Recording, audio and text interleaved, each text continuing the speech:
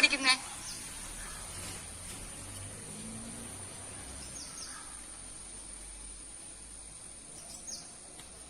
ഞാനാ. പേരെന്താ? ബഷീർ. എളിയ തോതിൽ ഒരു എഴുത്തുകാരനാണ്.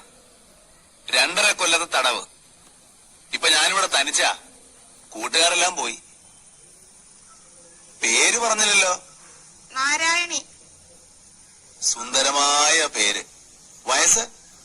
22. സുന്ദരമായ വയസ്സ്. കഠിന തടവാണല്ലേ? അതെ, 14 കൊല്ലം. അപ്പോ കൊലക്കുറ്റമാണല്ലേ?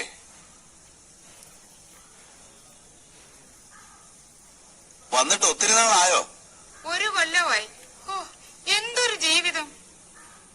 നാരായണി, നമ്മളേതാണ്ട് ഒരുമിച്ചാണ് ഈ ജയിലിൽ വന്നത്. എനിക്കൊരു റോസാച്ചെടി തരുമോ? നാരായണി എങ്ങനെ അറിഞ്ഞു ഇവിടെ റോസാച്ചെടി ഉണ്ടെന്ന്? ജയിലല്ലേ, എല്ലാവരും അറിയും. ഇവിടെ രഹസ്യങ്ങളൊന്നുമില്ല.